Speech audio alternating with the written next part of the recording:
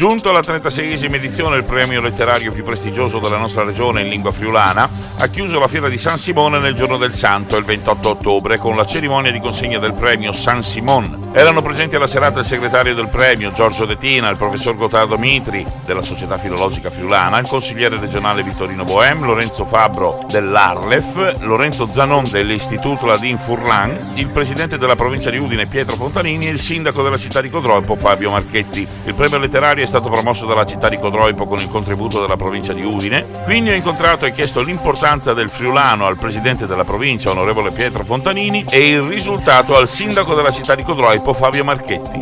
Qui al premio San Simone a Codroipo, ormai una tradizione importante, perché è il premio letterario in lingua friulana più importante di tutta questa nostro Friuli. Tengo a precisare, per chi non lo sa, la lingua friulana è una lingua tutelata dalle leggi dello Stato. I friulani parlanti questa lingua sono in numero molto alto, perché si parla di circa 700.000 persone che usano la lingua. A livello di scrittura invece il numero diminuisce moltissimo. Ecco che allora questi premi sono importanti, perché aiutano gli scrittori, coloro che si cimentano i romanzi di narrativa, soprattutto a scrivere usando la grafia friulana, di ricevere un riconoscimento che viene dato con questo premio. I partecipanti sono un buon numero, arrivano da tutti i territori friulani e stasera verrà premiato il vincitore, segnalati anche coloro che sono arrivati ai primi posti. Il vincitore avrà diritto alla pubblicazione del testo, che risulta più apprezzato dalla giuria, e quindi verrà anche divulgato pubblicandolo per gli appassionati che vogliono leggere il friulano e leggere qualche romanzo, qualche storia particolare usando la nostra lingua. Raffaele Serafini, Sorelle Evatamont.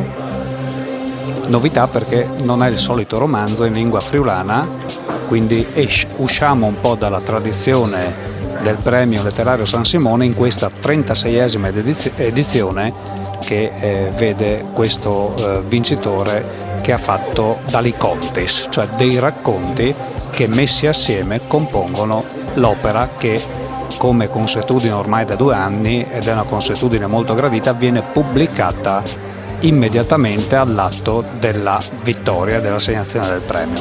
Questo è gradito non solo al vincitore del premio, che vede già la sua opera pubblicata immediatamente, ma anche e soprattutto al pubblico, che coloro i quali presenti avranno già possibilità di leggere l'opera la sera stessa, ma anche a chi potrà acquistarla immediatamente il giorno successivo. Gli anni scorsi, prima dell'anno scorso, le opere dovevano attendere 1 anno prima di essere pubblicate, tant'è che era tradizione consegnare il secondo premio l'anno successivo. E quest'anno vi è stata un'altra novità molto importante, cioè il premio suddiviso in più serate.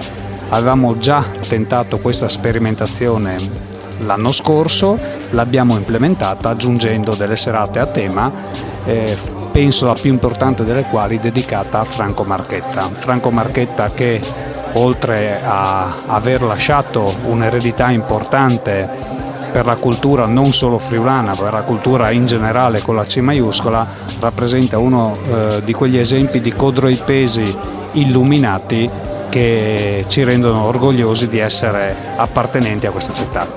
Per il Ponte News, Marco Mascioli.